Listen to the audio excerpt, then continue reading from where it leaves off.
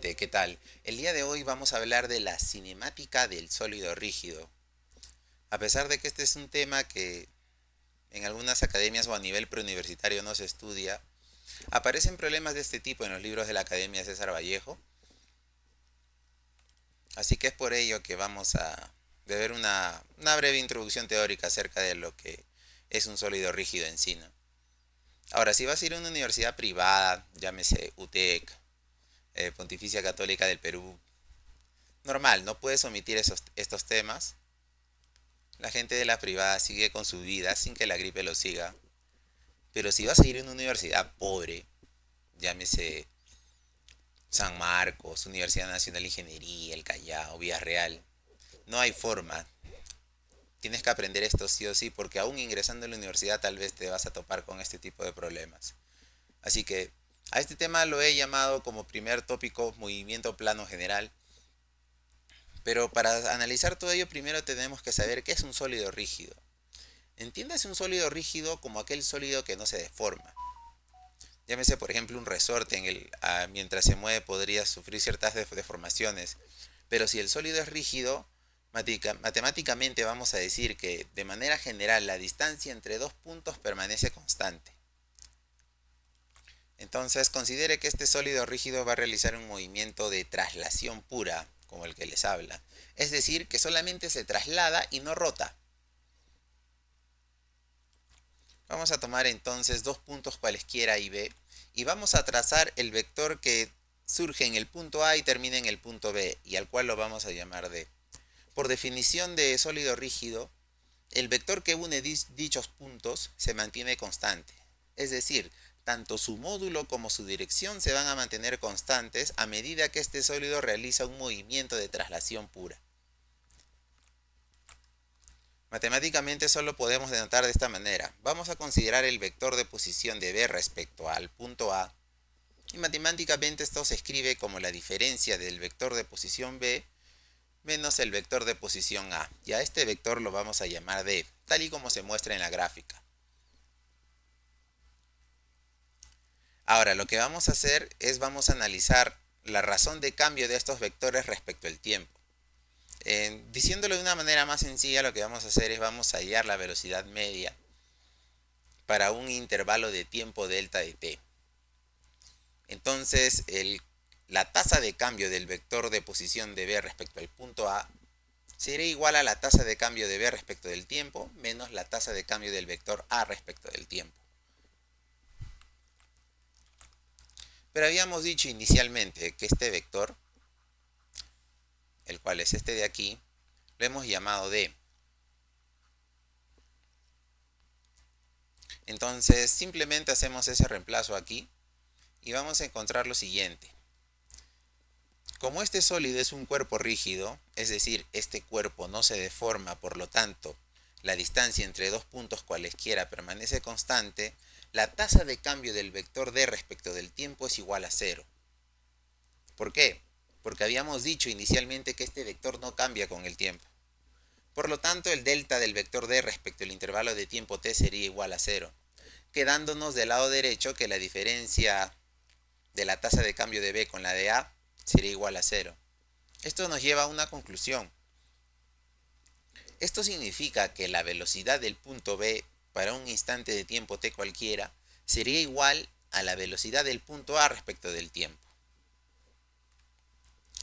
Y esa velocidad es la misma que la rapidez que tiene todo el sólido. Entonces, si consideramos que en el instante inicial este sólido tiene una velocidad v inicial, esta velocidad es la misma para el punto A y para el punto B. Y esta velocidad será idéntica tanto en módulo como en dirección. Análogamente, para otro instante de t distinto, dado que el sólido en general realiza un movimiento curvo traslacional puro, como les dije inicialmente, en el instante inicial tendrá una velocidad distinta, a la cual llamaremos v. Esta velocidad v, que es la del sólido, va a ser idéntica a la velocidad tanto del punto B como del punto A, por la fórmula que habíamos deducido aquí inicialmente, ¿no? Matemáticamente se demuestra que la tasa de cambio de la posición del punto B respecto al tiempo es la misma que la del punto A. Teniendo esto en mente, se puede deducir que también las trayectorias que siguen cualquier punto del sólido se mantienen en todo momento paralelas, ya que las rapideces en cualquier instante de tiempo t son las mismas para todos los puntos del sólido. Lo que sigue ahora es analizar un movimiento de rotación pura de un cuerpo rígido. Para ello vamos a considerar el cuerpo rígido que tenemos aquí en la imagen y nosotros vamos a decir que si dicho cuerpo rígido está rotando con una rapidez angular w donde el eje de rotación pasa por el origen de coordenadas mostrado aquí en la imagen, podemos hallar la rapidez que tiene cualquier punto del sólido, trazando el vector posición desde el centro de rotación hacia el punto al cual queremos saber su rapidez, y si la distancia desde ese punto hacia el centro de giro es r, la velocidad con la que se mueve este punto sería igual a omega por r. Digamos que este punto tiene una distancia r1, entonces su rapidez sería omega por r1. Si tomamos en general otro punto, por ejemplo este de aquí, podemos notar que el vector posición ahora se encuentra mucho más lejos respecto al centro de giro. Si hallamos entonces la rapidez de este punto, vamos a encontrar que es omega por r2. Y como el vector posición tiene un módulo mayor al módulo de posición 1 anterior, podemos decir que la rapidez de este punto en naranja es mayor a la del punto mencionado anteriormente, cuyo vector de posición estaba en color azul. Conociendo así de manera muy resumida de lo que se habla acerca de una traslación y una rotación, ahora vamos a ver lo que es un movimiento compuesto. Vamos a llamarle un movimiento compuesto a aquel movimiento que tiene tanto una traslación como una rotación, tal y como se muestra aquí en la imagen. Una manera sencilla de analizar este movimiento es considerar que primero el sólido se traslada, es decir, realiza un movimiento de traslación pura, y luego de haber realizado la traslación pura vamos a realizar una rotación alrededor de un punto. En este caso la rotación se dio alrededor del punto A. Las posiciones iniciales del sólido se han denotado como A1 y B1, y luego de la traslación pura, la cual queda matemáticamente descrita por el vector desplazamiento celeste que se ve aquí, los puntos A2 y B1', que son este punto y este punto de acá, son los movimientos correspondientes a la traslación pura del sólido inicial. Note aquí que, como inicialmente consideramos una traslación pura, si esta distancia era una distancia de vector, este vector sería exactamente el mismo, tanto en módulo como en dirección. Porque dijimos que con una traslación pura, la distancia entre dos puntos permanece constante. Y luego respecto al punto A2 podemos considerar que ha realizado este sólido un movimiento de rotación pura, tal vez con una rapidez angular omega. Y entonces vamos a decir que la rapidez del punto B, es decir, desde este punto que se encuentra aquí, es igual a la rapidez del punto A más el producto de omega por el vector posición de B desde un observador que se encuentra en A. Para ver con mayor claridad el análisis de este movimiento, vamos a considerar un cilindro que rueda sin deslizar a lo largo de un plano horizontal.